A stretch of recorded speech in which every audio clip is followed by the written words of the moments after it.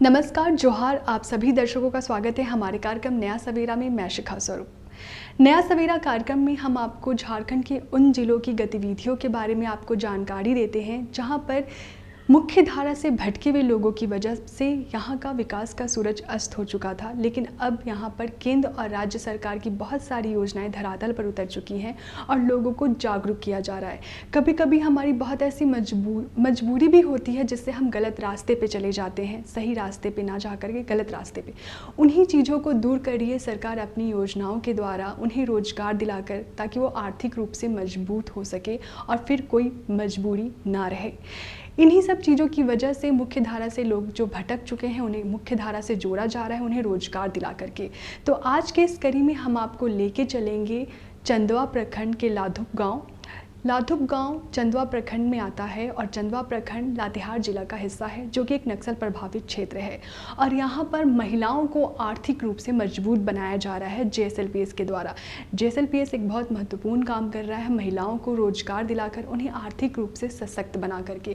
क्योंकि कहा जाता है ना, अगर महिलाएं मजबूत बनेंगी, आर्थिक रूप से मजबूत बनेंगी, तो आने वाली पीढ़ी भी यही चीज़ सीखेगी उनसे और वो भी मजबूत बनेगी। तो चलिए आपको लेके चलते हैं चंदवा प्रखंड के लाधुप गांव और दिखाते हैं किस तरह यहाँ की महिलाएं नर्सरी चला करके अपने परिवार का पालन पोषण कर रही हैं और खुद को आर्थिक रूप से कैसे मजबूत बना रही हैं।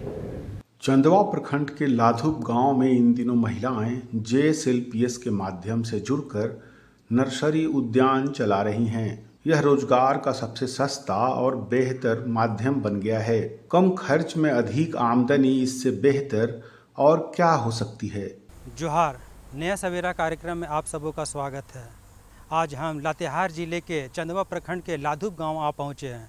एक समय यह क्षेत्र नक्सल प्रभावित क्षेत्र हुआ करता था, लेकिन पुलिस प्रशासन और सरकार की नीतियों के कारण अब लगभग नक्सल मुक्त हो चुका है। सरकार की विभिन्न योजनाएं यहां पहुंच रही हैं। सरकार की जो विभिन्न योजनाएं पहुंच रही यहाँ के लाभुक इससे काफ़ी लाभान्वित हो रहे हैं। आइए आपको एक ऐसा ही लाभुक से मिलवाएंगे जो नर्सरी का काम करके जीविकोपार्जन कर रही है और आत्मनिर्भर बन रही है। इनका नाम मनीला देवी है। तो आइए इनसे मिलते हैं और जानने का प्रयास करते हैं वो कब से कर रही हैं और इनके जीवन में कितना परिवर्तन आया है। मनीला जी, आप ये नर्सरी चला रही है, कब से चला रही हैं? पिछले 2023 से हम चला रहे हैं। 2023 से चला रहे हाँ। हैं। तो आपके मन में कैसे आया ये नर्सरी चलाने का?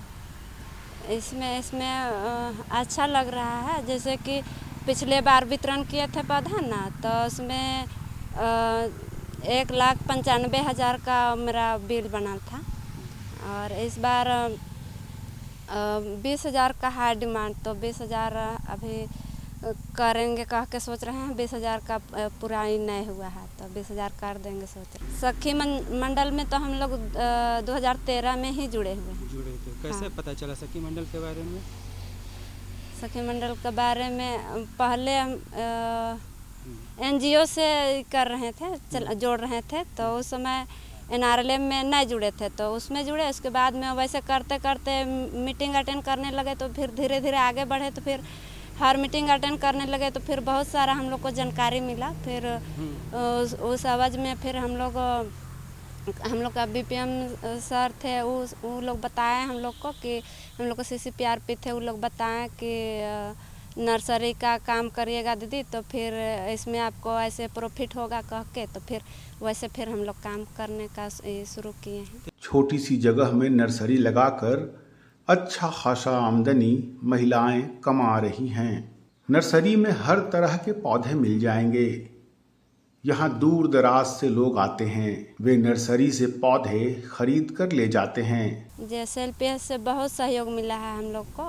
जैसे लोन वगैरह मिला क्या? हाँ, लोन भी मिला है। जैसे कि पहले तो हम लोग समूह से लेन देन करते थे, छोटा छोटा, मतलब अपना घर का परिस्थिति को सुधारने के लिए समूह से उठाते थे। फिर उससे अगर बड़ा ऋण का ज़रूरत हुआ तो फिर ग्राम संगठन से लेते थे। फिर अगर उससे भी ज़्यादा ज़रूरत पड़ता है तो फिर CLF से हम लोग डिमांड करते हैं। ऐसे करके हम लोग को एक दीदी को 3 लाख 4 लाख 5 लाख तक का जरूरी हम लोग का पूरा हो जाता है JSLPS के माध्यम। तो पहले क्या आप खेती बाड़ी करते थे? पहले हाँ, से करती हैं? हाँ, पहले से करते थे, अभी भी करते हैं।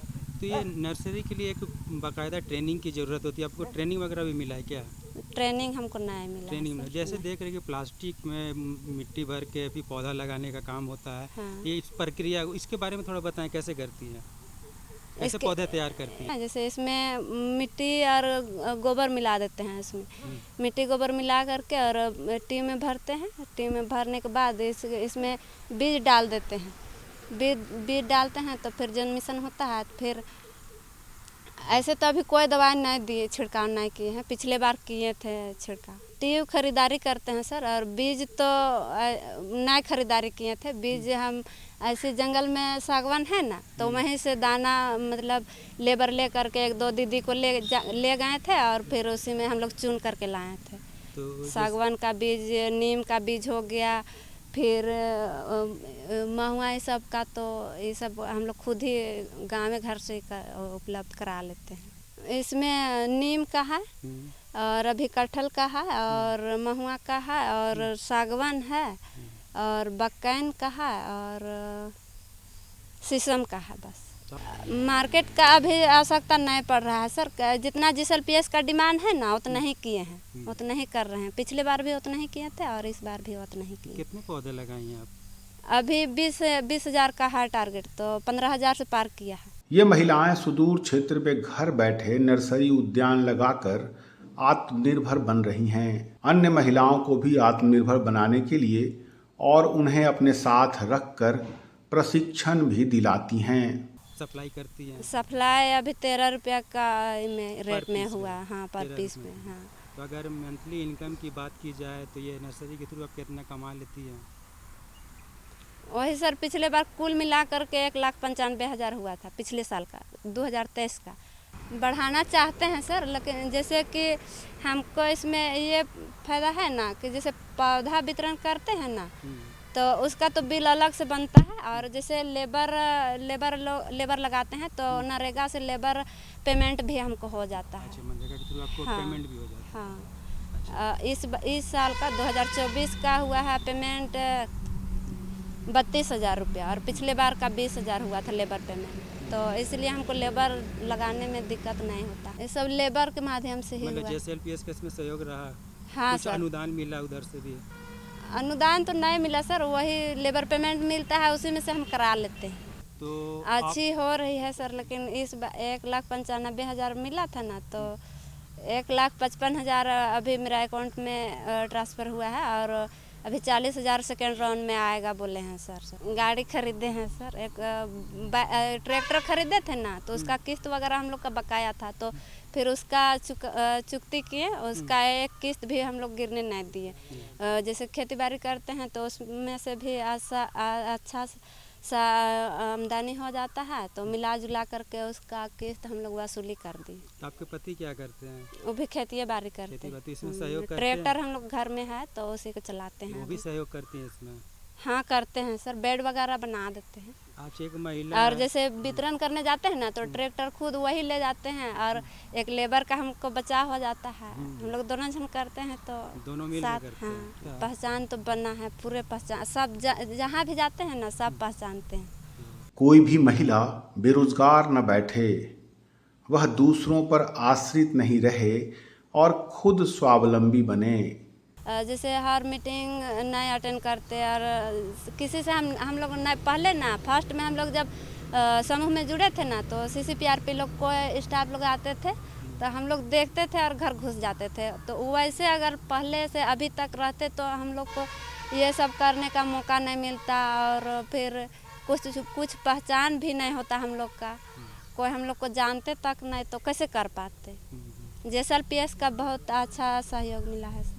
खेती बाड़ी के अलावा कुछ नहीं करते, खेती बाड़ी और बस पौधे लगा रहे हैं। नर्सरी का काम उसका? हाँ, और एक पत्तल मशीन भी लगाए हैं सर। पत्तल मशीन भी हाँ। लगाए? अच्छा अच्छा।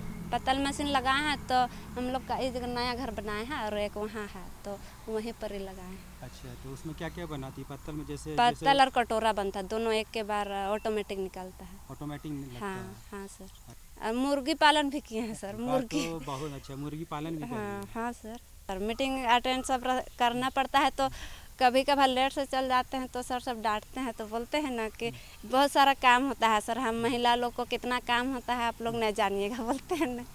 कैसे नहीं सर, बताते हैं। जैसे कि मेरा ग्राम संगठन में है ना, तो मुस्लिम दीदी लोग हैं, तो लोग तो पर्दे के अंदर रहती है ना, तो लोग कहती है कि दीदी आप पत्तल मशीन लगाई है तो हम लोग के लिए भी कुछ करने के लिए सिखाइए। तो हम बोले ना उन लोग को कि हम लोग का RCT में हर कुछ का ट्रेनिंग होता है, तो आप लोग कम से कम ट्रेनिंग लीजिए। जब ट्रेनिंग होता है तब हम आप लोग को मैसेज कर देंगे, आप लोग ट्रेनिंग लीजिए, इसके बाद फिर आगे के लिए देखा जाएगा। तो एक दीदी बोल रही साबुन हम बनाएंगे, तो हम बोले उसका भी ट्रेनिंग होता है, लेके आइए, इसके बाद फिर मटेरियल वगैरह सब मंगा देंगे बोल के बोले।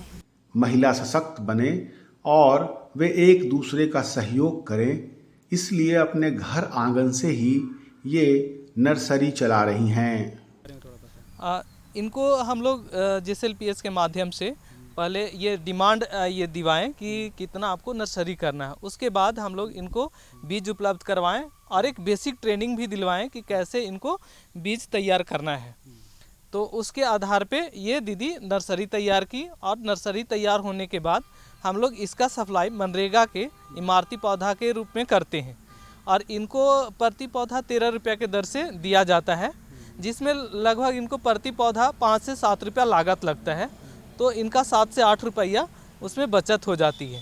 पिछले बार लगभग ये 1,95,000 रुपये का पौधा सप्लाई की थी और इस बार इनका कुल मांग 20,000 के आसपास है, जिसमें ये 15,000 पौधा अभी तैयार कर चुकी हैं और 5,000 पौधा और इनको तैयार कर रही हैं। तो ये 15,000 लगभग 20,000 पौधा ये चंदवा प्रखंड में ही JSLPS के माध्यम से हम लोग जो दीदी आम बागवानी कर रही हैं उनको उपलब्ध करवाते हैं।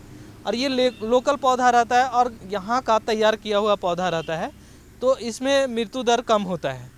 अगर हम लोग कोई पौधा बाहर से लाकर अगर देते हैं यहाँ के क्लाइमेट में, तो पौधा का मरने की संभावना ज़्यादा होती है और यहाँ का लोकल पौधा होने के कारण यहाँ कम मरता है।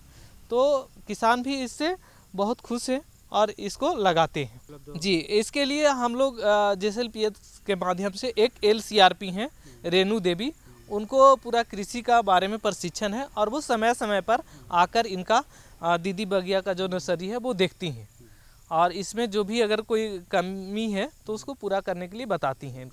इसके लिए हम लोग इनको पॉलीट्यूब और बीज का उपलब्धता करवाएंगे और इनका पौधा बिकने के लिए डिमांड हम लोग दिलवाएंगे कि दूसरे प्रखंड में भी इनका पौधा सप्लाई हो। जी, उसके लिए हम लोग उनका चुनाव कर और ट्रेनिंग के लिए भेज सकते हैं। RCT में अभी उद्यमी नर्सरी का ट्रेनिंग होने वाला है, तो उसमें भेज करके उनको आगे बढ़ाने के लिए और पूंजी भी हम लोग उपलब्ध करवा सकते हैं। अगर बीज खरीदने हेतु उनको ज़रूरत हो तो वो ले सकते हैं समूह। तो दर्शकों, देखा आपने किस तरह यहाँ की महिलाएं आर्थिक रूप से मजबूत हो रही हैं, नर्सरी चला करके अन्य महिलाओं के लिए भी रोजगार के द्वार खोल रही हैं और उन्हें दिखा रही हैं कि महिलाएं किसी भी क्षेत्र की क्यों ना हो, अगर वो ठान ले कि कुछ करना है तो वो कुछ कर ही लेती हैं और ख़ुद को मजबूत बना ही लेती हैं। कहा जाता है ना कि शिक्षा बेहद ज़रूरी होता है। अगर एक महिला शिक्षित होती है तो आने वाली 3 पीढ़ियों को भी शिक्षित करती है और सरकार इन्हीं चीज़ों पर जोर दे रही है कि महिलाएं शिक्षित हो। तो इसी कड़ी में अब हम आपको लेके चलेंगे खूंटी के चंदवा और वहाँ आपको लेके चलेंगे कस्तूरबा गांधी आवासीय बालिका विद्यालय में, जहाँ पर बालिकाओं को स्वराय चित्रकला से सिखाया जा रहा है और उन्हें बताया जा रहा है कि किस तरह ये करना है ताकि वो यहाँ की जो बालिकाएं हैं वो आर्थिक रूप से मजबूत हो सके, सशक्त हो सके इस कला के जरिए। नक्सल प्रभावित क्षेत्र कहे जाने वाले खूंटी जिले में स्थित कस्तूरबा गांधी आवासीय विद्यालय की छात्राएं अपना हुनर दिखा रही हैं। पढ़ाई लिखाई के साथ साथ आवासीय विद्यालय में रहकर ये कौशल विकास का प्रशिक्षण प्राप्त करने के साथ साथ सोहराई चित्रकला को भी अपना रही हैं। जोहार, मैं सचिन कुमार, नया सवेरा कार्यक्रम में आप सभी दर्शकों का स्वागत है। आज हम आए हुए हैं कस्तूरबा गांधी बालिका आवासीय विद्यालय खूंटी में। खूंटी जिला बहुत ही नक्सल प्रभावित जिला रहा करता था। यहाँ पर शिक्षा से लोग काफ़ी दूर थे, लेकिन अब समय बदला, हालात बदले। यही कड़ी में हम आए हैं कस्तूरबा गांधी आवासीय विद्यालय में, जहाँ सोहराई पेंटिंग से यहाँ की बच्चियाँ किस प्रकार सशक्त बन रही है और किस प्रकार भविष्य में ये आत्मनिर्भर बन रही है, बनेंगे। आइए हम जानते हैं। मेरा नाम रिया कुमारी है, मैं कक्षा 9th की छात्रा हूँ और मैं ये ड्राइंग बनाई और ये ड्राइंग का नाम है उराव सोहराई और इसका गांव है दीपूगढ़ा और बहुत अच्छा लगा ड्राइंग बना के। इसमें अलग अलग तरह के ड्राइंग बनाते हैं। ये दीपूगढ़ा का ड्राइंग है, उराव सोहराई का ड्राइंग है। अगर रंग सब बाहर हो जाता तो बताते थे कि यहाँ पे ऐसे करना वैसे करना, वो लोग बताते थे। और ड्राइंग सब अच्छा से बनाने सिखाते थे। मेरा नाम सुनीता कुमारी है और हम क्लास 9 में पढ़ते हैं। हम इसमें पर्यावरण को दिखा रहे हैं, जीव जंतु को बचाने का जानकारी दे रहे हैं। वो हमारे रक्षा करते हैं तो हमको भी उनका रक्षा करना चाहिए। इससे सभी को जानकारी मिलती है और जानकारी मिलने से वो पेड़ पौधा को काटने से, जीव जंतु को मारने से अपने आप को रोकते हैं और दूसरों को बताते हैं। सोहराई कला का प्रचलन खासकर आदिवासी बहुल क्षेत्र में खूब हो रहा है। इस चित्रकला का काफी महत्व है। खासकर यह चित्रकला पारंपरिक रीति रिवाज के तहत महिलाओं के हुनर को साबित करती हैं। मेरा नाम दीपिका कुमारी है और मैं कक्षा 9 की छात्रा हूँ। और मैं झारखंड में ज़्यादातर देखते हैं कि ये परंपरा ड्राइंग है, सोहराई और सोहराई का मतलब होता है बधाई देना और शुभकामनाएं। इससे सीख कर हम लोग आगे में ये भी कर सकते हैं कि सबसे पहले तो हम लोग स्कूल में सजाएंगे और यहाँ जो ड्राइंग नहीं करते हैं उसको भी दिखाएंगे और उसे भी सिखाएंगे, जिससे हम लोग आगे और बेहतर कर सकते हैं। यदि हम लोग कुछ नौकरी नहीं कर पाते हैं तो हम लोग इसी पेंटिंग के द्वारा कुछ भी कर सकते हैं। हो सके तो हम लोग अपना एरिया में भी बनाकर सुंदरता बढ़ा सकते हैं। Thank you. सबसे पहले हम लोग कलर का नाम जाने। कलर सबसे पहले सफ़ेद मिट्टी, काली मिट्टी और काली मिट्टी, पीली मिट्टी से हम लोग इसका पहले हम लोग जुगाड़ किए। उसके बाद हम लोग पेंटिंग ब्रश जो होता है उसको कैसे पकड़ा जाता है वो पकड़ने सीखे और ये सभी हम लोग शिक्षकों के द्वारा सीखे। और इससे हम लोग कैसे, यदि कलर इधर उधर हो जाता है तो हम लोग को इसको कैसे साफ़ करना है, कैसे रखना है, ये सभी हम लोग सीखे। Thank you. मेरा नाम सुस्मिता कुमारी है।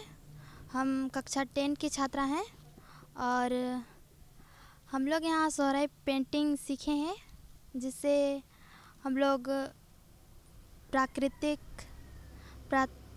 वन जीव को दर्शाते हैं। और हम लोग को पढ़ाई के साथ साथ पेंटिंग भी सीखनी चाहिए या और कला भी, जिससे हम पढ़ाई के क्षेत्र में आगे ना बढ़ सके तो कुछ और भी क्षेत्र में आगे बढ़ सकते हैं। और सोहराई पेंटिंग में हम लोग बहुत सा बनाते हैं, जैसे प्राकृतिक में पेड़ पौधे, पशुपति और वन्य जीव के प्रेम को भी दर्शाते हैं इसमें हम लोग। हाँ, इससे हम लोग को रोज़गार भी मिलता है। जैसे कि अगर हम लोग घर में हैं और कुछ रोज़गार नहीं है तो हम लोग किसी स्कूल में इस पेंटिंग शिक्षक के रूप में काम भी कर सकते हैं। Thank you. यह चित्रकारी ग्रामीण क्षेत्रों के घरों के बाहर की बनो दीवारों पर आसानी से देखी जा सकती है। यह कहा जाए कि यह दीवार की चित्रकारी है, लेकिन अब कुछ लोग रोजगार का साधन अपनाने के लिए भी सोहराई चित्रकारी करते हैं। मेरा नाम अनु कुमारी है। मैं कक्षा 10 में पढ़ती हूँ। मैं सोहराई पेंटिंग, सोहराई के बारे में बताना चाह रही हूँ। सबसे पहले तो मैं सोहराई पेंटिंग क्या है, क्यों किया जाता है, ये बताऊँगी। मुझे सोहराई पेंटिंग के बारे में पता नहीं था, मतलब सोहराई होता क्या है। लेकिन सबसे पहले मैम आए थे तो मैम हम लोग को सिखाया, सोहराई के बारे में बताए, सोहराई क्या है इसके बारे में पूरा डिटेली बताए कि सोहराई झारखंड के कलाकृति, जो पशु पक्षी, पेड़ पौधे, सभी पहले के जो लोग थे कैसे रहते थे, कैसे क्या करते थे, ये सब बताया कि ये सब सोहराई पेंटिंग में किया जाता है। और सोहराई पेंटिंग में केवल सिर्फ 4 कलर का यूज़ होता है। वाइट, दूधी मिट्टी का, पीली मिट्टी, लाल मिट्टी और काली मिट्टी। इसमें सिर्फ यही 4 कलर का यूज़ होता है। और हम लोग स्कूल में सोहराई पेंटिंग भी किए हैं। हम लोग जो पेंटिंग करते हैं, पेंटिंग के ज़रिए बता सकते हैं कि पहले के जो लोग थे कैसे क्या करते थे, और जो पशु पक्षी पेड़ पौधा बनाते हैं हम लोग, तो इससे पहले के बारे में बता सकते हैं और आगे भी बता सकते हैं कि ऐसा नहीं करना चाहिए। जो पेड़ पौधे काटते हैं और पशु पक्षी जीव जंतु को जो मारते हैं लोग आजकल, ऐसा ना करके पेड़ पौधे पशु पक्षी को सबको बचाए रखे, और आगे की पीढ़ी के लिए पेड़ पौधे बहुत ज़रूरी है। और ये सब, थैंक यू। कपड़े और कागजों में भी आजकल सोहराई चित्रकारी देखी जा सकती है, जिसकी बाजार में काफ़ी डिमांड है और अच्छी खासी आमदनी भी मिलती है। मेरा नाम रेणुका कुमारी है। मैं यहाँ 6 to 8 में साइंस टीचर हूँ। हमारे यहाँ सोहराई पेंटिंग जो होता है हमारे स्कूल में अच्छा हाँ, अच्छा ठीक है। मेरा नाम रेणुका कुमारी है। मैं अपने कस्तूरबा गांधी बालिका विद्यालय खूंटी में विज्ञान की शिक्षिका हूँ। सर, इनको पढ़ाई के अलावा जो को करिकुलर एक्टिविटी है उसमें सोहराई पेंटिंग हम लोग जो सिखाते हैं, इसमें बच्चियाँ हैं कि उनके हाथों में जो कला है, उनके मन में जो सोचने की भावना है, ये भी निखर कर बाहर आ रहा है। आगे चलकर इसको रोज़गार का माध्यम भी बना सकती हैं। इनको जो खेल में बढ़ना चाहती हैं उनको खेल में आगे बढ़ाया जाता है। जिनको पेंटिंग पसंद है उनको हम लोग इस तरह से अलग से सोहराई पेंटिंग के लिए बाहर से एक टीचर आती है, वो सिखाती है। लेकिन हॉस्टल में हम ही को देखने का इसका प्रभार मिला है और मैं देखती हूँ कि बच्चे उसमें बहुत ज़्यादा रुचि रखते हैं। इनको बताया भी गया है कि आगे चलकर इसमें ये अपना रोज़गार बना सकती हैं। सर, ये तो झारखंड से जुड़ा हुआ कलाकृति है। ये तो विदेशों में भी इसका बहुत ज़्यादा पेंटिंग का मांग भी हो गया है। बच्चे इसको धीरे धीरे इतना ज़्यादा जानकारी ले चुके हैं कि इसकी बारीकी को सीखकर आगे इसमें बढ़ने का ललक रखते हैं। सर, ये पिछले साल से एक स्टेट में ही इसका प्रदर्शनी लगा था। उसमें प्रत्येक स्कूल से मांगा गया था कि बच्चे अपने क्राफ्ट में क्या बना रहे हैं। उसके तहत हम लोग इसको स्पेशल सिखा रहे हैं बच्चों को कि आगे हम लोग का भी कलाकृति ज़्यादा से ज़्यादा बिके। तो दर्शकों, आज के इस कड़ी में हमने आपको दिखाया कि लातेहार जिला जो नक्सल प्रभावित क्षेत्र है, वहाँ पे किस तरह JSLPS एक महत्वपूर्ण काम कर रहा है, महिलाओं को आर्थिक रूप से मजबूत बना रहा है। यहाँ की महिलाएं नर्सरी चला करके खुद को मजबूत बना रही हैं। वहीं दूसरी ओर हमने आपको दिखाया खूंटी जिले में कि कस्तूरबा गांधी आवासीय विद्यालय की बालिकाओं को सोहराई चित्रकला सिखा करके उन्हें सशक्त बनाया जा रहा है। महिलाएं अगर आगे बढ़ेंगी तो आने वाली पीढ़ी भी सशक्त होगी, आर्थिक रूप से मजबूत बनेंगी। इसीलिए महिलाओं का जागरूक होना बेहद ज़रूरी है। आज के इस नया सवेरा अंक में हमने आपको यही दिखलाया। तो आज के इस कड़ी में इतना ही, और जाते जाते मैं आपको एक बात ज़रूर कहूँगी, अगर आपके आसपास भी कोई आपको ऐसा लगे जो मुख्य धारा से भटक गया है तो उन्हें जागरूक कीजिए, सरकार की योजनाओं के बारे में उन्हें बतलाइए और उन्हें रोजगार मुहैया करवाइए सरकार के द्वारा। तो आज के इस कड़ी में इतना ही, हमें दीजिए इजाज़त। नमस्कार, जोहार।